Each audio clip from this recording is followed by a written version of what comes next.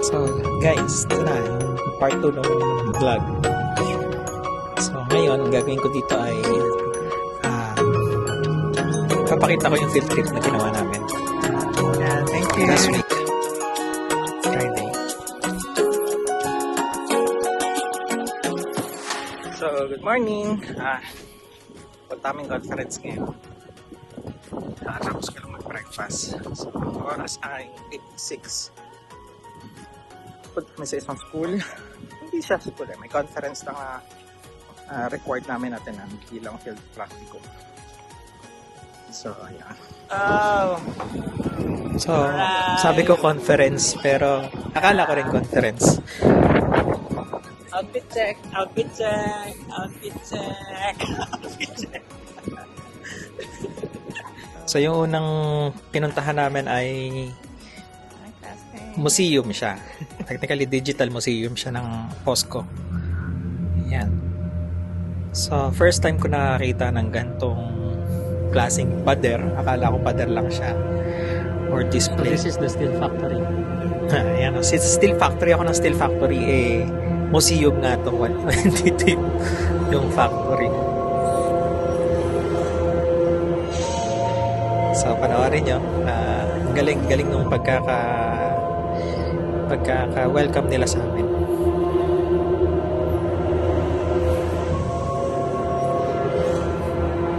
So, tinawag siyang Part 1538 dahil yung temperature daw na kailangan para mag-melt yung steel ay 1538. Yun yung temperature na kailangan. Hindi ko maalala kung Fahrenheit o Celsius eh. Ayan. Can you see the speaker? Tinatanong ko kung nasan yung speaker. Yeah, thank you. So yeah, we're now at the Korea Steel Factory. Park 1538. Ang kulit. Hi, Beck. Hi. Welcome to my vlog. Can you pick me Hi, Pankaj. Yeah. Okay. Hello. Now let's start the journey of the infinite imagination. Here, find convert into infinity and imagination into reality. Welcome to the era of Whoa! So nagulat kami dito kasi biglang bumukas. Akala ko isang buong pader lang siya. Yung pala hidden door. You are at the Iron Age Yan. civilization where the infinite still begins. A 7-minute show and an interactive experience will help you understand how water, fire, wind, and earth meets with human imagination to unfold the era of steel. So nung pumasok kami dito, hindi ko akalain na yung buong pader pa lang yan. Gagawin nilang projector screen. Yan. So panoorin nyo na lang yung video. Ang galing nung pagkakagawa nila dito kasi itong kwartong to is parang interactive presentation. Ginawa siyang interactive na in the sense na hindi ka lang basta-basta nanonood. Before kami pumasok dito, pinicturean kami. Pumili ng 4 na tao para mag-picture. So yun, nakikita nyo sa video. Hanggang sahig may projection. Tapos yung sounds nito, surround sound system. The scene you are looking at now gives you the experience of being inside. So, dito sa presentation nila dito, pinapakita nila yung relationship ng fire, water, yung earth, syempre yung ore, and then yung wind. Yan. So, una, may earth. Yan. So, ang sinasabi nung nagtutur sa amin is yung sahig nagre-react kung nasaan kami.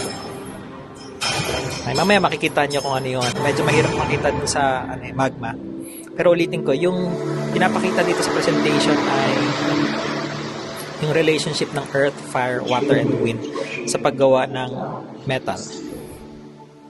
Yan, steel. Once again, feel free to move around. So, tapos na sa fire. Nakikita nyo yung sahig. Umiiwas yung tubig kung saan kami nakatayo. Yan. So, may sensor. Hindi ko alam kung sa taas yung sensor or somewhere. Pero yung sensor is nadidetect kung nasaan kami para yung ipoproject nila is nakadepende kung nasaan kami nakatayo. So kung nakikita nyo yung flow ng hangin. Look, the wind is following me. Ayan, pa-English pa eh. Where I go, Barok naman. spaces. So yan. So tapos na yun sa hangin. So nakita nyo yun sa fire. Tapos na rin yung sa water and then yung air. And final product is yung steel or metal. Steel became stronger, and it helped to add prosperity to various civilizations. Ang galing ng presentation nila dito na to the point na ang galing ng pagkakamap. Wala, amazing lang, amazing.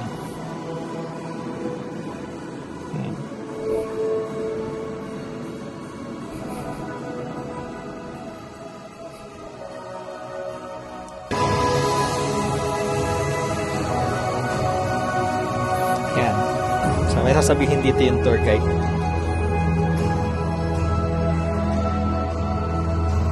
Dito ini-integrate yung mukha namin. Steel power. It signifies the intense attraction of steel and mankind.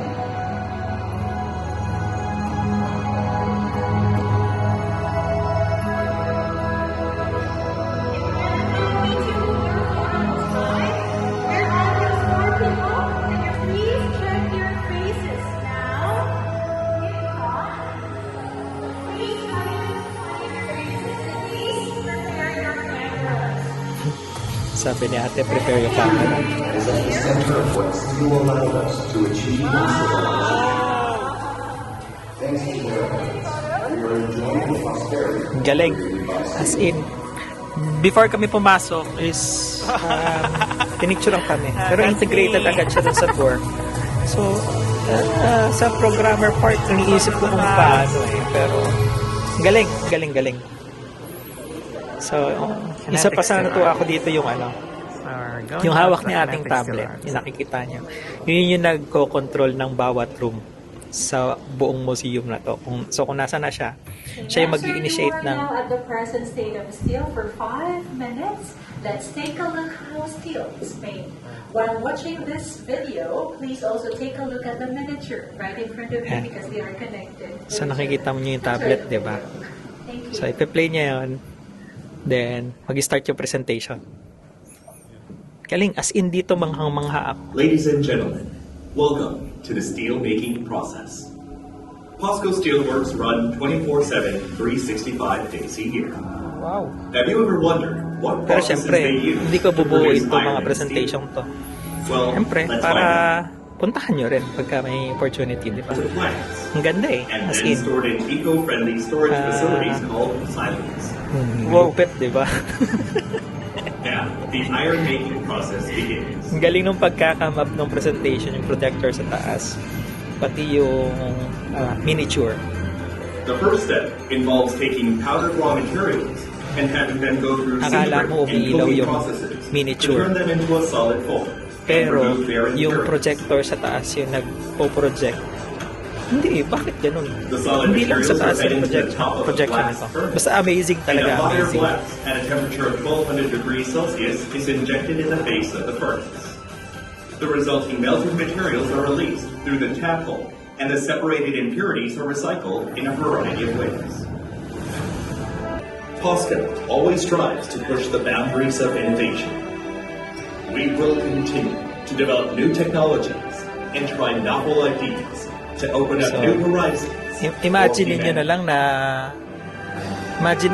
na ganyan yung ganyan sa Pilipinas, no? Yes, the image shows us how steel Sana na can lang. be used in everyday life is produced. Ma'am, sir, the next stop is Sana the all. future of steel. Right, that way. Yes, when they come forward, please have a sit. We have, I think, 2 more ingredients. It's amazing. Super amazing. Mr. Biel.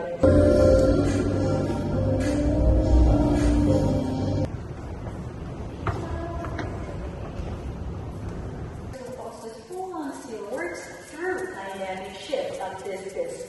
So First time kong nakakita in person ng electromagnetical mat matrix display, which flips 4 pictures, characters, and so on. In front of you now, you can see the weather here in Pohang City. You can even see the exact time and day. Okay, you can come closer, but please don't touch it. Okay? So there are about 85,000 small discs right in front of So yun, you. nilapitan ko talaga kasi curious ako ng itsura. In-slow mo ko pa para makita ko lang yung pag-flip niya. Ang bilis kasi. Yan. 16,000 employees working for Costco. I'm going to show you another information in this quick talk. Ito matindi. Grabe, iniisip ko kung gaano kabigat yung total production nila eh. The total production of Costco since its commencement in making iron. Kano kaya kinita nito kung ganito yung paneto nila na yung produce nila? 1 billion pounds. Right in front of you, Hamster, these are the final products produced here in Pohang Steel Works. And I'm sure later on when you Sama ko sana dito sa video yung mismong factory. Kaya lang bawal yung right cellphone now, ko sa this mismong flip-top display is very, very loob ng smart. factory. If you do movements, it will follow you. Can you believe that? Can you please start waving your hands right now? Please try and see how this flip-top reacts to your movements. You please raise your hands and wave. Yes! You can do other movements. Yeah. Okay, you can dance. Okay, you can actually do heart shape like this one. It's really beautiful. Together with your 2 hands. Yes. Very good. And you can take a picture. Yes, if you want. Tuwa mga taga-punta. Actually, there is a camera in the middle. So you can actually That's why. Very good. Kung iisipin mo siya, doable siya. Kulang lang talaga ng resources. It's a transparent display. Oh, manghang-mangha yung taga-puntong. First time nakakita ng transparent display. On the left side, in the middle, this is POSCO's Giga steel, and this is an ordinary steel. During the actual crush test, you can see POSCO's Giga steel superiority compared to this non-high stiffness steel. Giga steel, it is very, very safe and flexible to use. All of these samples in Ito, here, they are ito malupit. all made from POSCO steels, but they use the technology POSCO 3D ink spray technique to make this kind of sample. It looks like a marble, right? But if you knock on it, it's actually made from Steel. POSCO steel. So lahat ng nakikita nyo is gawa sa bakal. It looks like a rattan, right? But actually, Curious. it's also made from POSCO steel. And also, Yeah, over rattan. here, there is looks like a Bakal wood, pala. right? You can come closer. You can touch them. Yeah, feel free. You can touch them. So it actually all of them are made from POSCO steel, but they use the technology POSCO to design all of these samples. Ang makulit dyan, yung posting yun, no? Kala mo konkreto, bakal din pala. He took the picture in one hand, still making class number 2. The title is still making class number 4. You know what? This one, it has a special function. Can you please come forward, all of you, and please touch the middle part of this artwork, and you'll be surprised. Just a moment. You'll be surprised Even the playing that of this music. artwork it can play music. It's an artwork speaker. Post art speaker. If you have a Bluetooth speaker or Bluetooth device, you can just actually connect it with this artwork. So a venture company called Napal, they collaborated with Steel Layer, and they actually do this kind of artwork. Can you please think? Documentary 1,000. Isipin mo, mukhang painting. If a steel mill were a human being, the sound of its operation is the sound of its heartbeat. The clip you're about to watch describes the sound of its heartbeat and the workers who keep the plant alive. You will now hear the sound of 1538, the temperature that turns steel into possibly anything. Enjoy the video. Thank you. Ayun, tempering steel, 1538. So itong video to hindi ko na rin binuo. Pinakita ko lang yung mga first part. Siyempre para puntahan.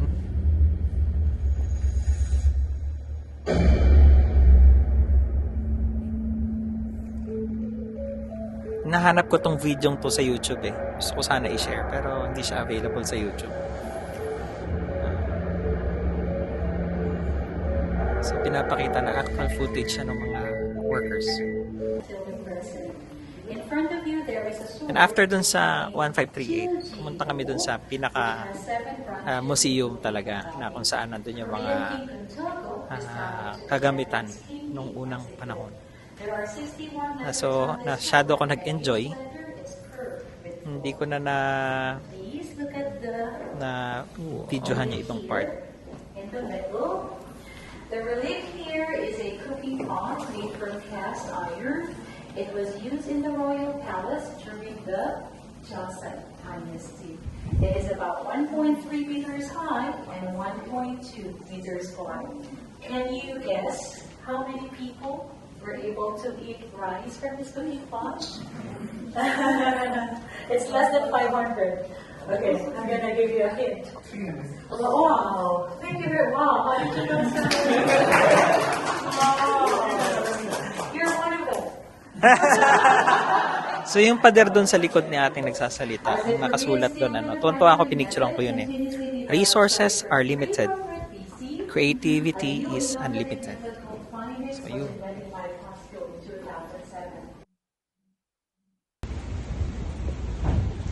So ito naman ay yung mismong conference na sinasabi ko.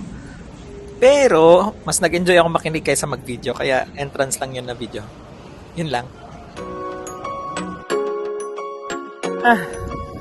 So just try to run for the night. Sinubukan ko tumakbo. Pero 14 minutes lang. Jog. Lakad na muna. So yung mga kasama ko, jogging lang. Pero habol ako. Humihinga lang ako. Pero kaya yan. Kaya para sa ikaliliit ng tiyan.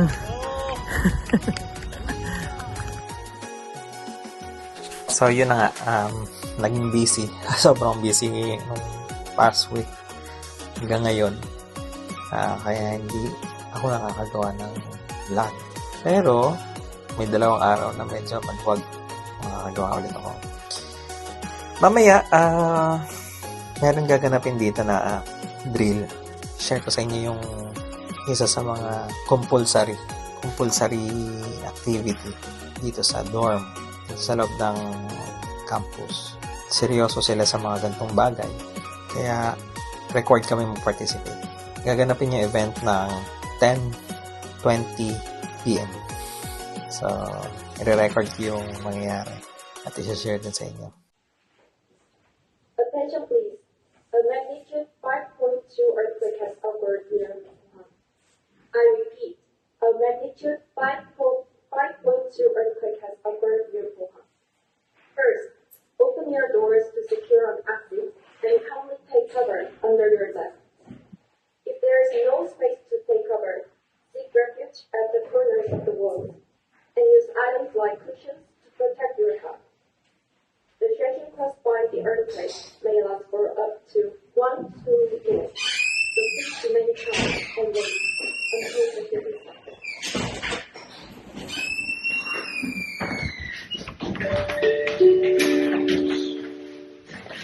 Alright.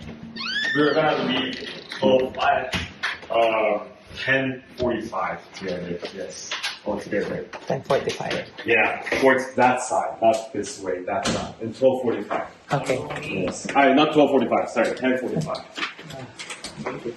So, yun. So, tignan natin kung gaano sila ka on time. Ang sabi, 10:45, isa-sound din na yung alarm. Yung fire alarm kasi tapos na yung earthquake drill. Next is yung fire alarm naman. So, ang oras ngayon ay 10:37. So, 10:45 daw, alarm daw nila yun. A fire evacuation drill will be conducted shortly. Please ensure that personal computers and electronic devices are part off in advance to prevent damage. When evacuating, wear warm clothing and comfortable shoes and pay close attention to the broadcast introductions. This is a simulated training scenario, so please follow the dormitory guidance and evacuation maps carefully. So, sabi, 10:45 daw tutunog.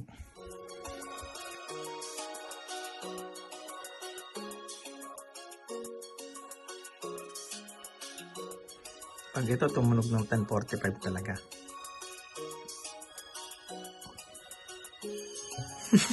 Okay. Ilang seconds yun before ano? Kapag na tayo.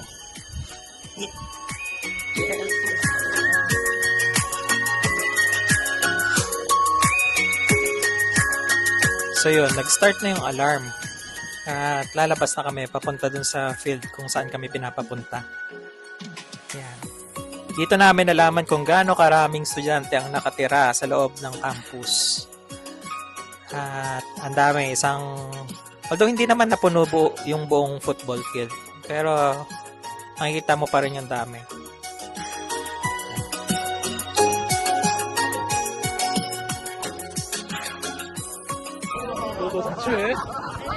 Changjo?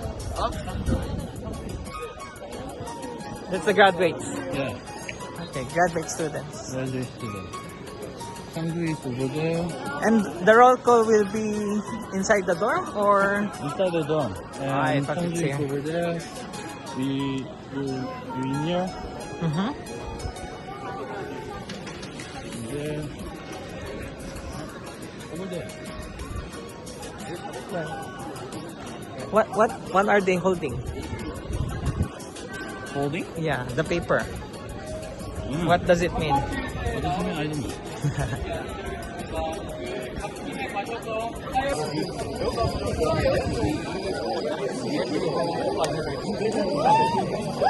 I don't know.